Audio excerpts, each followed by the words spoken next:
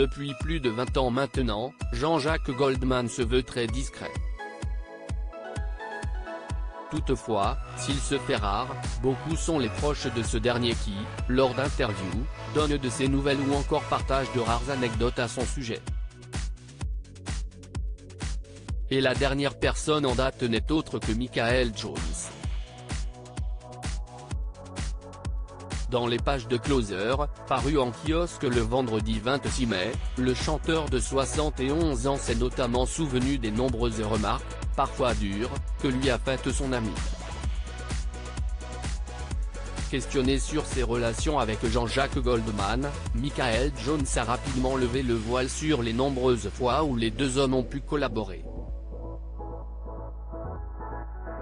C'était un pur bonheur de travailler avec lui, a-t-il rapidement signalé. Je n'ai que des bons souvenirs. Nos rapports ont toujours été fluides, avec beaucoup de franchise.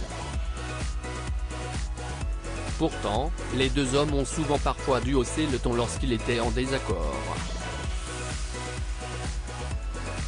Des discussions parfois houleuses au cours desquelles Jean-Jacques Goldman n'hésitait pas à le recadrer. Quand l'un n'était pas d'accord, il le disait.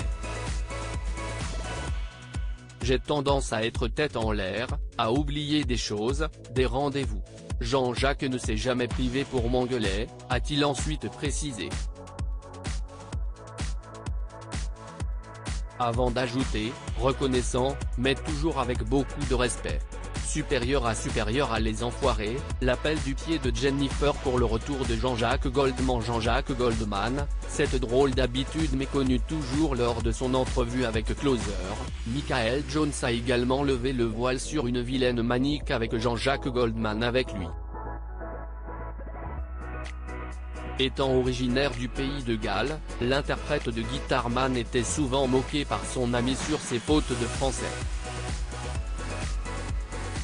Lui qui maîtrise aussi bien la langue française prenait un malin plaisir à ne pas me corriger.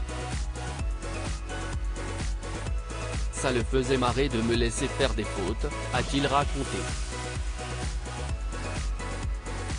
Et d'ajouter, amusé, j'ai découvert récemment que l'on ne disait pas mon guitare. La faute à qui? Preuve que Jean-Jacques Goldman ne manque pas d'humour. Crédit photo, Sandrine Tézilla panoramique.